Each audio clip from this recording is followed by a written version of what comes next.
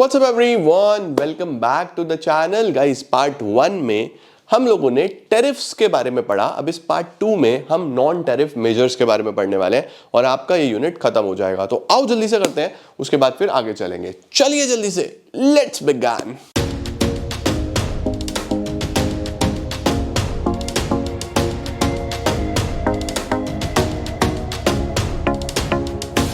चलिए बेटा जी शुरू करते हैं। बच्चों सबसे पहली चीज, सर ये नॉन टेरिफ मेजर्स क्या हैं? क्या ये भी हमारे बेसिकली इंपोर्ट्स को रोकने के लिए हैं? बेटा देखो, मेन चीज समझो, बैरियर्स होते हैं जिनका इसेंशियली पर्पस यही होता है कि बैरियर है वो आपको आगे जाने से रोकेगा, इंपोर्ट को रोकने के लिए बना है। मेजर्स का क्या मतलब होता है? मेजर्स का मतलब उसका पर्पस जरूरी नहीं है कि रोकना ही हो, कई बार उसको बेटर करने के लिए भी होता है। तो देखो क्या बोल रहा है, the non tariff. Non tariff का मतलब पहली बात तो ये टैक्सेस नहीं है, यानी ये अदर रेस्ट्रिक्शंस हो सकते हैं। ये हो सकता है कुछ क्वांटिटी सीलिंग्स हो, ये हो सकता है पेपर वर्क बढ़ा दिया जाए, हो सकता है पेपर वर्क से रिलेटेड, लाइसेंसेस से रिलेटेड कोई चीज हो सकती है। तो बेसिकली टैक्सेस तो नहीं है ये, ठीक है। तो non tariff measures are trade related rules हो सकते हैं, पॉलिसीज हो सकती है, रेगुलेशंस हो सकते हैं, other than tariffs that affects trade volumes. Volume मतलब क्वांटिटी, प्राइजेस और बोथ। भाई या तो क्वांटिटी पे भी इंपैक्ट कर सकता है, प्राइस पे भी इंपैक्ट कर सकता है, या दोनों पे भी इंपैक्ट कर सकता है। दे आर नॉट विजिबल, ये ध्यान रखना है बेटा, ये इंपॉर्टेंट पॉइंट है। जो टैरिफ होता है वो विजिबल होता है, आपको साफ साफ दिखता है कि भैया टैक्सेस लगाए गए हैं, लेकिन ये इनविजिबल होते हैं। भाई एक बात बताओ, तुम तो इंपोर्टिंग कंट्री हो, तुम इंपोर्ट कर रहे हो, राइट? इंडिया इंपोर्ट कर रहा है, तुमको थोड़ी ना समझ में आ रहा है कि वहां पे कितने ज्यादा रेस्ट्रिक्शंस लगाए गए हैं, कितना पेपर वर्क बढ़ाया गया है, कितनी फॉर्मेलिटी बढ़ाई गई है। तो बहुत कुछ हो सकता है ना। तो ये सारी की सारी चीजें जो आपको दिखाई नहीं दे रही, वो बेसिकली इनविजिबल होती है, और इसीलिए इनको हम क्या बोल देते हैं? मेजर्स, ठीक है। These are not visible like tariffs, but still impact trade by restricting or facilitating it. ठीक है, अब ये मेन चीज आ गई कि मेजर्स में और बैरियर्स में क्या फर्क है। देखो बोल रहा है all government measures that affect trade can be neutral और हेल्पफुल। भाई वो हेल्पफुल भी हो सकता है ट्रेड के लिए, जरूरी नहीं है कि वो बैरियर ही हो, राइट? और जो बैरियर्स होते हैं, a subset of non tariff measures. Subset का मतलब क्या हो गया? जैसे ये पूरा सेट हो गया, इस सेट के अंदर सबसेट, मैथमेटिक्स लिख रहा है, बताओ, इको में मैथ्स लिख रहा है भाई, चलो कोई नहीं, ये पूरा का पूरा सेट है, ये तो है नॉन टैरिफ मेजर्स, और इसके अंदर का जो सबसेट है छोटा सा, ये है नॉन टैरिफ बैरियर्स, यानी बैरियर्स इसका एक पार्ट है। Okay, these are used to protect domestic industries by creating भेदभाव, डिस्क्रिमिनेटरी और प्रोटेक्शनिस्ट ट्रेड रेस्ट्रिक्शंस। ये बेसिकली अपनी डोमेस्टिक इंडस्ट्रीज को बचाने के लिए होता है। बढ़िया सर, मस्त मस्त सर, मस्त। आओ जी, हाँ, ये तो बात हो ही गई है ना, ये तो बात हो ही गई। नॉन टैरिफ मेजर्स और नॉन टैरिफ बैरियर्स के ऊपर तो चर्चा हो ही गई। नॉन टैरिफ मेजर्स इंपैक्ट करेंगे, वो हेल्पफुल भी हो सकते हैं, बैरियर्स रोकने के लिए ही बने हैं। Examples of measures, product standards पे फोकस करना। प्रोडक्ट स्टैंडर्ड पे फोकस करना मतलब कि भैया जो क्वालिटी जो हम इंपोर्ट कर रहे हैं वो कैसी है। हमारे देश में भाई लोगों को अच्छा सामान मिलना चाहिए, तो ऐसा कुछ बना दिया। सेफ्टी और हेल्थ रेगुलेशंस, लोगों की सेफ्टी के लिए, लोगों की हेल्थ को मेजर करने के लिए कि भाई लोगों तक गलत चीज तो नहीं पहुंच रही, हेल्थ को नेगेटिवली इंपैक्ट तो नहीं करेगा, वैसे रेस्ट्रिक्शंस लगा दिए, चेकिंग लगा दी, लाइसेंसिंग लगा दिया, इंपोर्ट कोटाज लगा दिए। कोटाज का मतलब होता है कि फिक्स्ड क्वांटिटी सीलिंग्स लगाना, कि इससे ज्यादा कर ही नहीं सकते, राइट? वो हो गया। पैकेजिंग लेबलिंग के रूल्स लिख दिए कि भैया अगर कुछ इसके अंदर गड़बड़ है तो लिखो, बताओ उस पे कि ये चीज गड़बड़ है, ये हो सकता है, राइट? अब देखो क्या बोल रहा है, legitimate use of measures. Legitimate का क्या मतलब होता है? यानी कि जो रियल, या जो मैं बोल सकता हूं कि उसका सही प्रयोग करा गया है, वो क्या है? Some NTMs are allowed under WTO rules. कुछ तो अलाउड है, ठीक है, कुछ तो अच्छे से अलाउड है। They are intended to protect health. ये मैंने आपको बताया ना, हेल्थ के लिए, कि भाई हमारे देश में कोई चीज इंपोर्ट करी जा रही है, तो हम जानना चाहते हैं ना कि यार वो हमारे देश के सिटीजन को, उसकी हेल्थ को कैसे इंपैक्ट करेगा। दूसरा, उसकी सेफ्टी, एनवायरमेंट की safety, and not to restrict trade unfairly. वो बेसिकली ट्रेड को रोकना नहीं चाहते, बस हम ये देखना चाहते हैं कि हमारे लोगों को, उनकी हेल्थ को, हमारे प्लांट्स को, उनकी हेल्थ को, हमारे एनवायरमेंट को कहीं ना कहीं वो इंपैक्ट तो नहीं कर रहा। ये मेन चीज है बस, ठीक है। चैलेंज क्या है? It is very difficult to differentiate between NTMs, जो मेरे नॉन टैरिफ मेजर्स हैं उनमें से कौन से वो हैं जो जेन्युइन है और कौन से वो हैं जो फॉरेन गुड्स को बस ब्लॉक करने के लिए ही रखे गए हैं। समझे? स्क्रीनशॉट लो। बढ़िया सर, बढ़िया सर, बढ़िया। आओ अब वन बाय वन सबको बहुत डिटेल में पढ़ेंगे कि नॉन टैरिफ मेजर्स जो हैं वो कौन कौन से हैं। वन बाय वन बहुत डिटेल में अब आपको पढ़ाए जाएंगे। देखो सबसे पहले क्या बोल रहा है, एनटीएम्स आर क्लासिफाइड बेस्ड ऑन, किस बेसिस पे, on their nature, purpose and application. Apply कैसे करेगा ये, जैसे सबसे पहले बोल रहा है टेक्निकल मेजर्स। अब सर टेक्निकल मेजर्स कौन से हुए, जो टेक्निकल स्पेसिफिकेशंस के ऊपर लगाए गए हैं, उसकी क्वालिटी के ऊपर लगाए गए हैं, उसकी जो टेक्निक्स हैं उस पे लगाए गए हैं, उसके स्पेसिफिकेशंस पे लगाए गए हैं। जैसे बोल रहा है देखो related to product specific standards, जैसे उसकी क्वालिटी ऐसी ही होनी चाहिए, सेफ्टी कितनी है हमारे, जैसे फॉर एग्जांपल बाहर से कोई गाड़ी इंपोर्ट हो रही है तो वो कितनी सेफ है हमारे सिटीजन्स के लिए, तो सेफ्टी स्टैंडर्ड्स बनाए गए हैं। हेल्थ से रिलेटेड, एनवायरनमेंट से रिलेटेड, प्रोडक्शन प्रोसेस से रिलेटेड, ये मेन चीज है। पर्पस क्या होता है, प्रोटेक्ट करना कंज्यूमर को, हमारे प्लांट्स को, हमारे एनिमल्स को, हमारे एनवायरनमेंट को, हमारी नेशनल सिक्योरिटी को। ठीक है, इसके जो बेस्ट एग्जांपल्स हैं बेटा वो फूड सेफ्टी स्टैंडर्ड्स हो गए। जैसे हम लोग बोलते हैं ना कि भैया आप कोई भी खाना लो अगर, तो उसके ऊपर FPO मार्क होता है, FSSAI मार्क होता है, उन मार्क्स को चेक करके ही होना चाहिए। उसके बाद एनवायरनमेंट के रेगुलेशंस हैं, जैसे पॉल्यूशन कंट्रोल एक्ट है, इस तरीके के एनवायरनमेंट रेगुलेशंस हैं जो ये बोलते हैं कि इंडिया में जो भी सामान इंपोर्ट हो रहा है वो हमारे एनवायरनमेंट को भी हार्म ना करे। राइट, टेक्निकल प्रोडक्ट स्पेसिफिकेशंस हो सकती हैं, वो सारी चीजें। तो इसको हम बोलते हैं कि एनटीएम्स में टेक्निकल मेजर्स। सही है, टेक्निकल का मतलब हमारे लोगों को, हमारे बर्ड्स को, हमारे एनिमल्स की हेल्थ को प्रोटेक्ट करने के लिए बेसिकली ये मेजर्स रखे जाते हैं। नॉन टेक्निकल कौन से हो गए बेटा, it relates to trade procedures. Procedure का मतलब कि जैसे आप इंपोर्ट करना चाहते हो तो इंपोर्ट प्रोसीजर है, एक्सपोर्ट करना चाहते हो तो एक्सपोर्ट प्रोसीजर है, उनको डिफिकल्ट करना वो हमारे हो जाते हैं नॉन टैरिफ में नॉन टेक्निकल। टेक्निकल तो हो गई किसी भी चीज प्रोडक्ट की रिलेटेड कोई टेक्निक, यानी उसकी क्वालिटी, उसका साइज, उसका शेप, उसका स्पेसिफिकेशन, ये तो हो गए बेटा टेक्निकल। नॉन टेक्निकल में प्रोसीजर आ जाएंगे, पॉलिसीज आ जाएंगे, प्रोडक्ट की बात ही नहीं हो रही। ठीक हो गया, परफेक्ट। अब इसके अंदर कौन कौन से आ जाते हैं, सबसे पहले आ गया बच्चों हार्ड मेजर्स। हार्ड मेजर्स ध्यान रखना, ये या प्राइस पे हो सकता है, क्वांटिटी पे हो सकता है, दोनों को इंपैक्ट करता है। ठीक है, price and quantity control. Example import Kota's, minimum pricing rules. Import Kota's का मतलब कि इतनी ही क्वांटिटी आप इंपोर्ट कर सकते हो, इससे ज्यादा नहीं कर सकते। राइट, तो ये बेसिकली सीधा क्वांटिटी पे डायरेक्ट हो गया हमारे पास। सिमिलरली प्राइसिंग पे भी हो सकता है कि इतने का ही बेच सकते हो। राइट, मिनिमम प्राइस रूल्स वो भी फिक्स करे जाते हैं। तो प्राइस पे या क्वांटिटी पे जो हमारे मेजर्स हैं उनको बोलते हैं हार्ड मेजर्स। उसके बाद थ्रेट मेजर्स। थ्रेट जैसे आपने पीछे पढ़ा अभी भाई, जो एंटी डंपिंग थे कि आप अपना माल डंप कर रहे हो हमारे देश में, हम नहीं करने देंगे, उसके अगेंस्ट हमारा रिस्पॉन्स, उसको बोलते हैं threat measures, used as responses to unfair trade. अगर अनफेयर ट्रेड हो रहा है तो उसका रिस्पॉन्स। ठीक है, इसमें क्या क्या आ जाएगा, anti dumping duties, safe guard measures, ये इसमें आ जाते हैं बेटा। तीसरे कौन से आ रहे हैं, अदर मेजर्स। अदर मेजर्स जैसे फाइनेंशियल रूल्स। फाइनेंशियल रूल्स का मतलब कि फाइनेंसेस के ऊपर रूल्स बना रहे हैं बेसिकली। अब यहाँ पे प्राइस और क्वांटिटी पे था, ये रिस्पॉन्सिव था कि आप ऐसा करोगे तो हम इसके जवाब में ऐसा करेंगे। लेकिन यहाँ इन्वेस्टमेंट रेस्ट्रिक्शंस, फाइनेंशियल रूल्स कि भैया कितने टैक्सेस होने वाले हैं, किस तरीके से हम कितना अलाउ करेंगे, कितना अलाउ नहीं करेंगे, वो बेसिकली इसमें आ जाता है। ठीक है, इसको और डिटेल में बताता हूं, पहले इसका स्क्रीनशॉट ले लो आप एक बार। चलो भाई, अब ये जितनी भी चीजें हमने पढ़ी हैं, technical barriers, non technical barriers, इनको एक बार डिटेल में पढ़ लें अब, है ना भाई। एक ओवरव्यू तो हो गया, अब इनके ऊपर डिटेल में चर्चा करते हैं कि किसमें क्या क्या आता है। ठीक है, देखो सबसे पहले हमारे पास आ रहे हैं यहाँ पे कुछ इंपोर्ट रिलेटेड मेजर्स, कुछ एक्सपोर्ट रिलेटेड मेजर्स। ठीक है sir, what are import related, what are export related. भाई सिंपल सी बात है, जो इंपोर्ट्स पे लगेंगे वो इंपोर्ट रिलेटेड, जो एक्सपोर्ट्स पे लगेंगे वो एक्सपोर्ट रिलेटेड, है ना। देखो सबसे पहले एक्सपोर्ट रिलेटेड क्या बोल रहे हैं, applied by exporting countries on outgoing goods. ठीक है, जैसे एक्सपोर्टिंग बैन्स, कोटाज।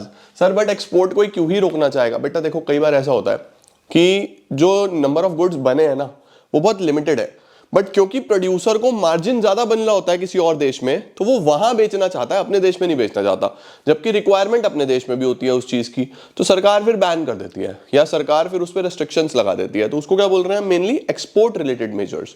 और इंपोर्ट रिलेटेड तो आप पढ़ ही रहे हो, इंपोर्टिंग कंट्रीज जो लगा रही है टू इनकमिंग गुड्स, है ना, जैसे यूएस लगा रहा है भाई भारत के ऊपर कि ठीक है अगर यूएस में माल हम तो बेच रहे हैं, वो यूएस में चाहता है कि ना खरीदे वहां के लोग, तो ज्यादा ज्यादा टैरिफ लगाया जा रहा है, इंपोर्ट महंगे हो जा रहे हैं, महंगे हो जा रहे हैं, महंगे हो जा रहे हैं, तो लोग वहां के कम खरीदेंगे, तो इंपोर्ट लाइसेंस हो सकते हैं, हेल्थ चेक्स हो सकते हैं। अब टैरिफ का मतलब क्या था, टैक्सेस, और जो अदर है, जो नॉन टैरिफ है, उसमें क्या क्या आ जाएंगे, रेस्ट्रिक्शंस, प्रोसीजर्स, डिलेज, लाइसेंसिंग, बहुत कुछ हो सकता है ना, तो वही सारी की सारी चीजें यहाँ पे आ जाएंगी।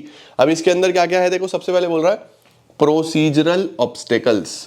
प्रोसीजरल ऑब्स्टेकल समझ रहे हो कि प्रोसीजर मुश्किल कर दो, प्रोसीजर जो इंपोर्ट प्रोसीजर है या एक्सपोर्ट प्रोसीजर है, अगर इस पे लगाना है तो एक्सपोर्ट प्रोसीजर, इस पे लगाना है तो इंपोर्ट प्रोसीजर, उसको मुश्किल कर दो। देखो क्या बोल रहा है, practical difficulties in complying with trade rules, example delay in product testing, procedure में डाल दिया कि टेस्टिंग करानी पड़ेगी, उस पर डिले कर दिया, सर्टिफिकेशंस लगा दी दुनिया भर की, ये सर्टिफिकेशंस होनी चाहिए, उसके बाद कॉम्प्लिकेटेड पेपर वर्क कर दिया, मुश्किल कर दिया, कस्टम प्रोसेस मुश्किल कर दिया, तो ये सब बच्चों हमारे जो है प्रोसीजरल ऑब्स्टेकल्स में आ सकते हैं। ठीक है, आओ जी, अब ये वाले मैंने आपको बोले ना, टेक्निकल नॉन टेक्निकल, इनको डिटेल में पढ़ते हैं। तो टेक्निकल देख लिया आपने, नॉन टेक्निकल देख लिए, अब हम इनको पूरा डिटेल में एक एक करके पढ़ते हैं। सबसे पहले देखो टेक्निकल में बेटा, यहाँ पे मैंने आपको क्या बताया, टेक्निकल में जो डायरेक्टली हेल्थ से रिलेटेड होंगे, ठीक है, क्वालिटी प्रोडक्ट की, safety, health, environment, production process, इस पे इंपैक्ट करेंगे, जो हमारे कंज्यूमर की, हमारे एनिमल्स की, हमारी बर्ड्स की हेल्थ को इंपैक्ट कर रही है, तो मेनली टेक्निकल में ये सारी चीजें आई थी। अब नॉन टेक्निकल क्या थी, जो अदर देन प्रोडक्ट थी, जो प्रोडक्ट पे फोकस कर रही थी वो टेक्निकल थी, अदर देन प्रोडक्ट थी वो नॉन टेक्निकल थी। सबको पढ़ते हैं डिटेल में। देखो देखो जरा, टेक्निकल क्या है, दीज आर मैंडेटरी रूल्स और standards applied to ensure health, ताकि हम हमारे पास वो प्रोडक्ट आए जो हेल्दी है हमारे लिए, सेफ है हमारे लिए, और क्वालिटी अच्छी है, राइट। तो इसके अंदर सबसे पहले आता है टेक्निकल बैरियर्स टू ट्रेड। पहले टेक्निकल बैरियर्स पढ़ाता हूं, फिर ये पढ़ाता हूं सैनिटरी एंड फाइटोसैनिटरी, ठीक है, इसको एसपीएस बोलते हैं, इसको टीबीटी बोलते हैं। ये पीछे आए थे बट मैंने तब आपको नहीं बताया था कि टीबीटी क्या है, एसपीएस क्या है, क्योंकि यहाँ पे डिटेल में पढ़ने थे, ठीक है। तो देखो सबसे पहले टेक्निकल बैरियर्स टू ट्रेड क्या है। टेक्निकल बैरियर्स टू ट्रेड का पर्पस वही है कि हमने टेक्निकल चीजें चेक करनी है कि वो चीज हमारी हेल्थ को कैसे इंपैक्ट कर रही है, उसकी क्वालिटी कैसी है, टेक्निकल चीजें चेक करो। देखो क्या बोल रहा है, it apply to all types of products, food and non food, चाहे वो फूड वाली आइटम हो चाहे वो नॉन फूड आइटम हो। जो सिर्फ फूड पे होती है वो ये होती है सैनिटरी एंड फाइटोसैनिटरी, ये मेनली आपकी फूड की टेक्निकल चीजें चेक करेगी। Technical barriers to trade, food as well as non food, purpose एक ही है, तीन चीजों पे फोकस करना। कौन सी तीन चीजें, हेल्थ, सेफ्टी, प्रोडक्ट क्वालिटी, ठीक है। अब देखो जरा, the concern with product features, mainly product के फीचर्स, जैसे प्रोडक्ट का साइज यही होना चाहिए, प्रोडक्ट का डिजाइन ऐसा होना चाहिए, प्रोडक्ट की परफॉर्मेंस ऐसी होनी चाहिए, पैकिंग ऐसी होनी चाहिए, लेबलिंग ऐसी होनी चाहिए, टेस्टिंग कराओ, सर्टिफिकेशन कराओ, इंस्पेक्शन कराओ, तो ये सारी चीजें। अब देखो टैक्सेस तो इसमें कोई भी नहीं है, टैक्सेस होते तो टैरिफ होते, लेकिन ये नॉन टैरिफ है, इसीलिए कितना कुछ रखा हुआ है। अब फूड में देखो, फूड में अगर बात करें तो aimed at protecting humans, animals and plants from health risks, जैसे बहुत ज्यादा पेस्ट वाला सामान ना हो, कीड़े वीड़े नहीं होनी चाहिए, डिजीजेस नहीं होनी चाहिए, केमिकल नहीं होने चाहिए। इसमें क्या करते हैं हम, बैन करते हैं सीधा, किसको, अनसेफ इंपोर्ट्स को। हाइजीन स्टैंडर्ड्स का ध्यान रखते हैं, लिमिट लगाते हैं पेस्टिसाइड रेजिड्यूज पे, कि भैया जो भी माल आ रहा है उसमें क्या पेस्टिसाइड यूज हुए हैं, क्या चीजें हुई हैं, वो सब पता होनी चाहिए, ताकि वो हम लोग ना खाएं डायरेक्टली और इनडायरेक्टली, ठीक है। Example, ban on poultry from avian flu affected countries. देखो जरा भाई, वहां से मुर्गी वगैरह नहीं आएगी जहां पे बहुत ज्यादा फ्लू, बर्ड फ्लू वगैरह फैलता है, वो सब चीजें। दूसरा, food safety standards for meet and poultry, तो ये सब साफ सफाई के लिए है ना बेटा, तो सैनिटरी एंड फाइटोसैनिटरी, ये तो फूड के लिए हो गए। अब food as well as non food के लिए TBT, technical barriers to trade, इसका पर्पस क्या होता है? To protect consumer and environment but may also be use to block import unfairly. Purpose तो होता है बेसिकली एनवायरमेंट को प्रोटेक्ट करना, लेकिन कई बार हम इनको ऐसे यूज करते हैं कि हम रोकना ही चाहते हैं, हम रोकना चाहते हैं लेकिन डायरेक्टली टैक्सेस वगैरह नहीं लगा पा रहे, तो इनडायरेक्टली रोकने की कोशिश करते हैं ये सब लगा के। ठीक है, अब चैलेंजेस क्या आते हैं? Meeting different technical standards across country raises cost and reduces competitiveness for exporters. Basically जो एक इंटरनेशनल स्टैंडर्ड्स बने हुए उस पे खरे उतरने में एक्सपोर्टर की कॉस्ट बहुत बढ़ जाती है, उसके साथ साथ कॉम्पिटिटिवनेस जो है वो बेसिकली रिड्यूस हो जाता है, तो बड़ी सारी समस्या रहती है यहाँ पे। एग्जाम्पल देखो, क्वालिटी एंड इंडस्ट्रियल स्टैंडर्ड्स होने चाहिए, ऑर्गेनिक सर्टिफिकेशंस होने चाहिए, इको लेबल्स होने चाहिए कि ये इको फ्रेंडली है, इस तरीके की चीजें। पैकिंग और लेबलिंग के रूल्स हैं उसको भी फॉलो करके चलना ही पड़ेगा। तो दो चीजें हैं mainly, one is sanitary and phytosanitary measures and the other is technical barriers to trade. ये food as well as non food दोनों के लिए है, ये फूड आइटम्स के लिए है मेनली। ठीक है सर, परफेक्ट सर, बढ़िया हो गया। अब नॉन टेक्निकल देखो, नॉन टेक्निकल का क्या मतलब है? ये प्रोडक्ट स्पेसिफिक है ही नहीं। टेक्निकल तो प्रोडक्ट स्पेसिफिक होते थे ना, कि प्रोडक्ट से रिलेटेड, ये प्रोडक्ट से रिलेटेड है ही नहीं। These are trade related rules और restrictions not product specific that affect import conditions, pricing, licensing, finance और administration. They are used to protect domestic industries from negative effects of imports. भाई अगर हम import करेंगे तो हमारी डोमेस्टिक इंडस्ट्रीज को बहुत ज्यादा फर्क पड़ रहा था, बहुत कॉम्पिटिटिवनेस फेस करना पड़ रहा था, बहुत ज्यादा मार्केट कैप्चर हो रहा था, तो उससे बचने के लिए हम इनका यूज करते हैं नॉन टेक्निकल मेजर्स का। अब नॉन टेक्निकल मेजर्स में सबसे पहले क्या आता है? इंपोर्ट कोटाज। कोटा मतलब सीलिंग लगाना। भाई हम इंपोर्ट करने ही नहीं देंगे, हम बस इतना ही करने देंगे, इससे ज्यादा नहीं करने देंगे। अब इसके अंदर दो प्रकार के कोटा है बेटा, एक तो एब्सोल्यूट है। एब्सोल्यूट मतलब कि भैया 500 यूनिट ही अलाउड है, इससे ज्यादा अलाउड ही नहीं है। और एक हमने पीछे पढ़ा था टैरिफ रेट कोटा, कि ज्यादा करोगे, एक लिमिट लगाई, इससे ज्यादा करोगे तो ज्यादा टैरिफ, इससे कम करोगे तो कम टैरिफ। सिंपल सी बात है वो। तो हमारे पास यहाँ पे क्या बोल रहा है, इसका पर्पस क्या है? Limit the quantity of goods that can be imported.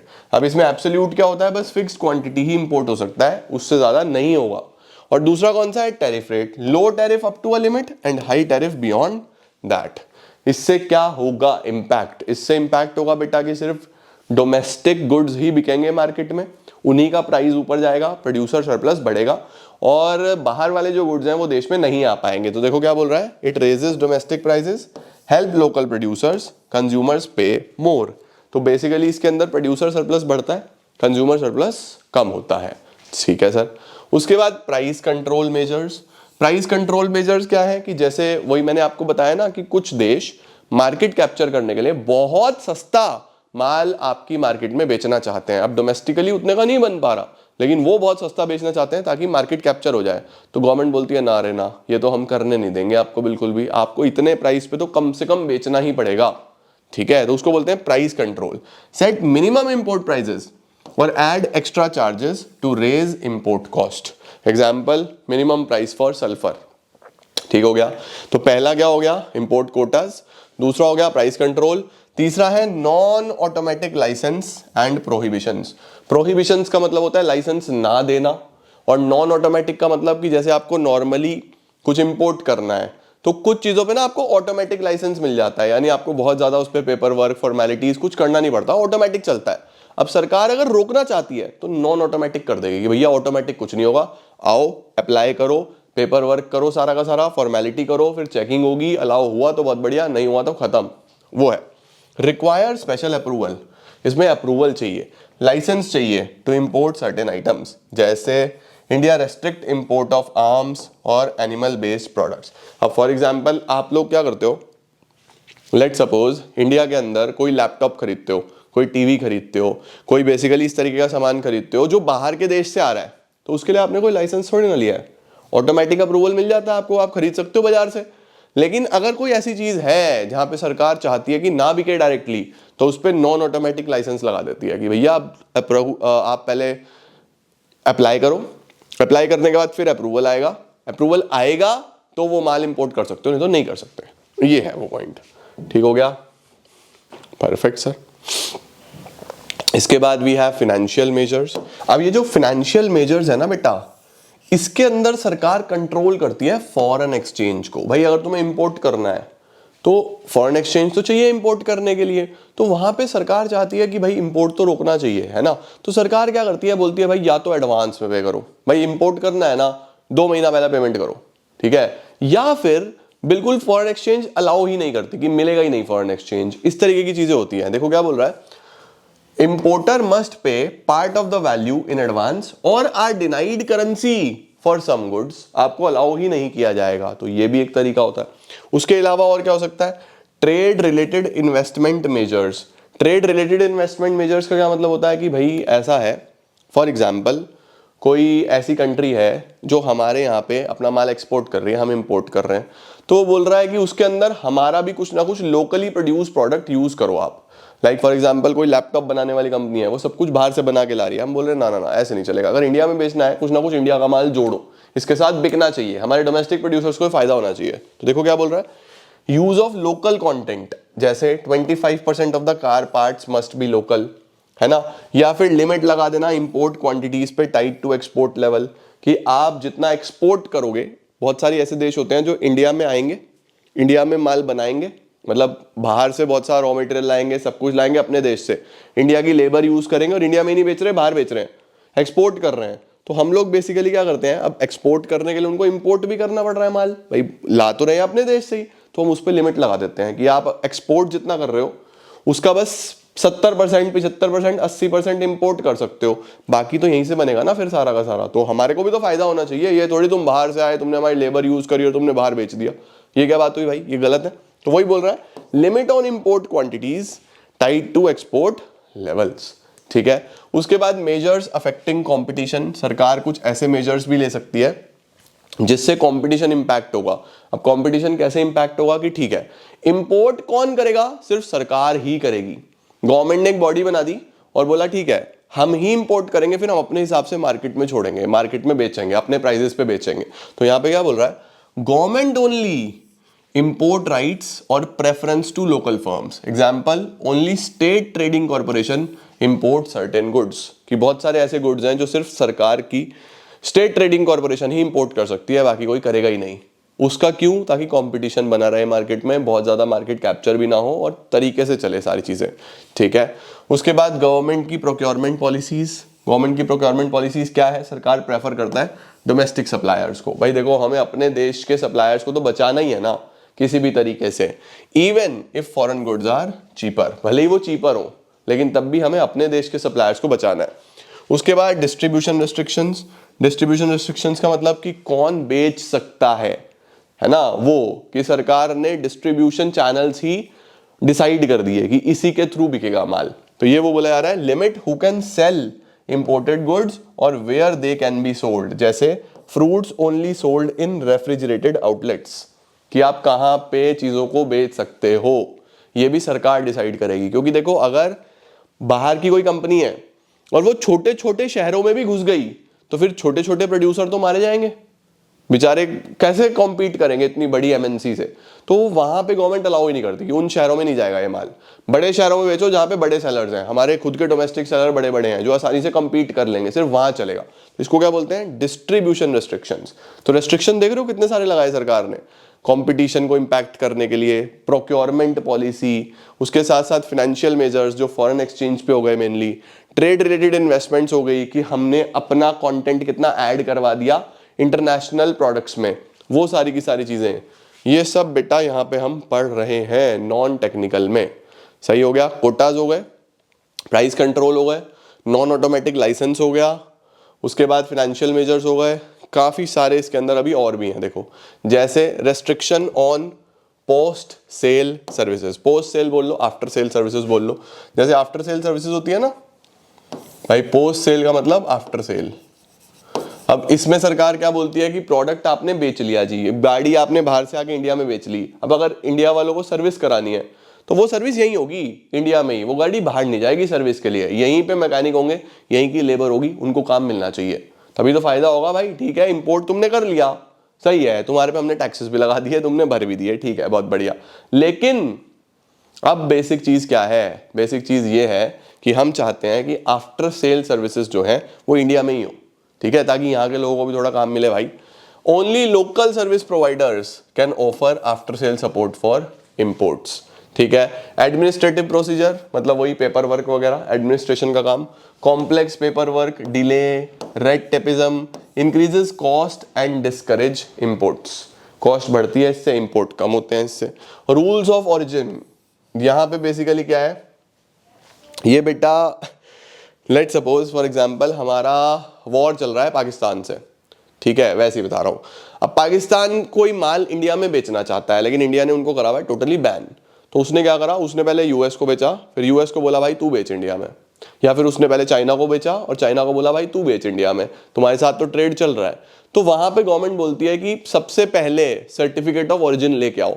याद है क्लास 11th में, अगर तुमने बिजनेस स्टडीज पढ़ी होगी मेरे से, तो वहां पे एक इंपोर्ट प्रोसीजर होता था, उसके अंदर सर्टिफिकेट ऑफ ओरिजिन की बात होती थी, जहां पे हम बोलते थे कि ये सर्टिफाई करो कि ये पर्टिकुलर प्रोडक्ट बना कहां पे है, इसका ओरिजिन कहां से आया है। तो गवर्नमेंट वो भी पूछती है कि भैया अगर पाकिस्तान के साथ व्यापार नहीं करना तो नहीं करना, ओरिजिन दिखाओ कहां बना है सामान, तब होगा काम। देखो क्या बोल रहा है, decide where a product is from to apply tariff और restrictions, complicated for goods with components from multiple countries. अब जिसमें अलग अलग कंट्रीज के कंपोनेंट्स होते हैं उनके लिए तो बहुत ही कॉम्प्लिकेटेड होता है, क्योंकि ओरिजिन दिखाना पड़ता है कहां से बना है। उसके बाद safe guard measures, safe guard measures basically safety के लिए आपने टेम्परली बंद कर दिया इंपोर्ट या कुछ भी इस तरीके से। बोल रहा है temporary import limits if local industries hurt by import surge. अगर लोकल इंडस्ट्री को बहुत इंपैक्ट आ रहा है इंपोर्ट के बढ़ने से, तो टेम्परेली हम उसको रोक देते हैं। It must be time bound, समय के लिए, एंड नॉन डिस्क्रिमिनेटरी, कोई भी भेदभाव इसके अंदर नहीं होना चाहिए, ठीक है। तो टाइम बाउंड जो हो रहा है उसको बोलते हैं सेफ गार्ड मेजर्स। और अगर परमानेंटली ही बंद कर दें, बैन कर दें कि इंपोर्ट होगा ही नहीं, उसको बोलते हैं एम्बार्गोज। एम्बार्गोज का क्या मतलब हुआ, complete ban on trade with a country often for political और हेल्थ रीजन। जैसे ban on trade with a conflict zone, किसी देश के साथ कॉन्फ्लिक्ट चल रहा है तो वो बिल्कुल बैन कर दो उसको, ठीक है। तो देखो टैक्सेस कहीं नहीं लग रहे, टैक्सेस कहीं नहीं लग रहे, लेकिन बेसिकली बहुत सारे मेजर्स लग रहे हैं जिससे इंपैक्ट आएगा ही आएगा इंपोर्ट पे, ठीक है। आखिरी टॉपिक बचा बच्चों, एक्सपोर्ट मेजर्स। अब एक्सपोर्ट मेजर्स में मैंने आपको बहुत सारे तो पढ़ा ही दिए, जैसे एक्सपोर्ट बैन। अब भाई बैन क्यों करेंगे, उन चीजों की जरूरत हमारे देश में है, तुम पैसे के लिए बाहर बेच रहे हो तो बैन कर देंगे। बोल रहा है government prohibit export of certain goods जैसे onion, wheat during domestic shortages. भाई देश में शॉर्टेज है, तुम बाहर बेचना चाहते हो तो सरकार बैन कर देगी, ठीक है। दूसरा, एक्सपोर्ट पे टैक्सेस लगाना, राइट। अब जो टैक्सेस लगते हैं उससे क्या होगा, एक्सपोर्ट कम होगे तो एक्सपोर्ट कम होगा, डोमेस्टिक प्राइस कम होगा क्योंकि देश में वो प्रोडक्ट ज्यादा रहेगा, ज्यादा क्वांटिटी में रहेगा तो प्राइस कम रहेगा। Increases domestic consumption, domestic consumption बढ़ती है। तो एक्सपोर्ट के लिए एक्सपोर्ट बैन है, एक्सपोर्ट टैक्सेस हैं। उसके बाद एक्सपोर्ट सब्सिडीज एंड इंसेंटिव्स, ये किस लिए होता है, ये होता है एक्सपोर्ट्स को बढ़ाने के लिए, है ना भाई। अगर एक्सपोर्ट बढ़ाना चाहते हैं तो एक्सपोर्ट पे सब्सिडी दो, एक्सपोर्ट पे इंसेंटिव दो, ठीक है। Financial support to exporter to help them stay competitive internationally, जैसे ड्यूटी ड्रॉबैक। ड्यूटी ड्रॉबैक का मतलब क्या होता है, रिफंड आ जाना एक तरीके से टैक्स का, कि एक्सपोर्ट ड्यूटी भरो, जब जैसी माल एक्सपोर्ट हो जाएगा बिकेगा तुम्हारी ड्यूटी वापस, ठीक है। सब्सिडीज देना, बेनिफिट देना, ग्रांट्स यानी गिफ्ट्स देना, लोन्स देना एक्सपोर्टर को कि तुम बाहर बेचोगे देश से, हमें फॉरेन एक्सचेंज ला के दोगे, बनाओ माल, हम तुमको लोन देंगे, ये हो गया। Duty free access to imported raw material, जो इंपोर्टेड रॉ मटेरियल है इस सामान के लिए उस पर भी कोई टैक्स नहीं लगेगा क्योंकि तुम बेसिकली बेचोगे तो बाहर ही, right. It boost exports and counterbalance import barriers. उसके बाद आता है बेटा वॉलेंट्री एक्सपोर्ट रिस्ट्रेंट्स। वॉलेंट्री का मतलब क्या होता है, वॉलेंट्री का मतलब होता है अपनी इच्छा से ही बेसिकली कोई कंट्री एक्सपोर्ट करना बंद कर दे। यानी फॉर एग्जांपल कोई बड़ी मीटिंग हुई जिसके अंदर हमारे देश के भी बड़े बड़े लोग गए, बड़े बड़े लीडर्स गए, और उसके अंदर किसी ऐसे देश से मिलना हुआ जो हमारा मार्केट कैप्चर करना चाह रहा है, अपना सारा माल एक्सपोर्ट करके, ठीक है। सपोज चाइना ही है, हमारे देश से लीडर्स गए, चाइना वालों से मिले और उनको बोला यार ऐसा मत करो, देखो अगर तुम ऐसा करोगे, तुम हमारे यहाँ पे माल बेचोगे, हम भले ही इंपोर्ट कर रहे हैं, हमारी जनता भले ही इंपोर्ट कर रही है, लेकिन तुम मार्केट तो कैप्चर करना ही चाहते हो ना, तुम खुद बंद कर दो, देखो अपने आप बंद कर दो, अदरवाइज हमें कोई ना कोई एक्शन लेंगे, फिर क्या फायदा, रिलेशंस खराब होते हैं, तुम खुद ही बंद कर दो। तो बेसिकली यहाँ पे क्या हुआ, वो अपनी इच्छा से ही एक्सपोर्ट को रोक दें अगर, तो उसको बोलते हैं voluntary export restraints, a self imposed export limit by the exporting country. Exporting country खुद ही लिमिट लगा दे, ठीक है, यूजुअली अंडर प्रेशर, या तो प्रेशर में फ्रॉम द इंपोर्टिंग कंट्री, कि हमारे वाले जो लीडर्स थे उन्होंने बोला भाई देखो ऐसा है, हम एक्शन लेंगे, इससे बढ़िया तुम खुद ही रोक दो, ठीक है। Often a political compromise to avoid tougher trade restrictions. इसका इफेक्ट क्या होता है, एक्सपोर्ट कम होते हैं वहां से, प्राइसेस बढ़ते हैं इंपोर्टिंग कंट्रीज में, और प्रोटेक्ट होता है इंपोर्ट कंपीटिंग इंडस्ट्रीज के लिए, प्रोटेक्शन है ना बेसिकली उनके लिए। ये है बच्चों इस चैप्टर में, और कुछ नहीं था, ये छोटा टॉपिक बचा था तुम्हारा और चैप्टर समाप्त है। इजी है कुछ नहीं इसके अंदर बेटा, बस एक बार तुमको गो थ्रू पूरा करना है ताकि कुछ बचे ना। ये सारे के सारे नॉन टैरिफ मेजर्स हमने यहाँ पे कवर करे, ये यूनिट भी खत्म है, यूनिट 3 पे चलेंगे इसके बाद, फिर 2 और बचेंगे, बड़ा चैप्टर है। इसके बाद क्या बचा, इंडियन इकोनॉमी, चैप्टर 5 बस खत्म, ठीक है। फिर दोबारा से बाकी जितना भी टाइम बचेगा पहले वाले दोबारा करेंगे। Okay, thank you so much, keep growing, keep glowing and keep smiling.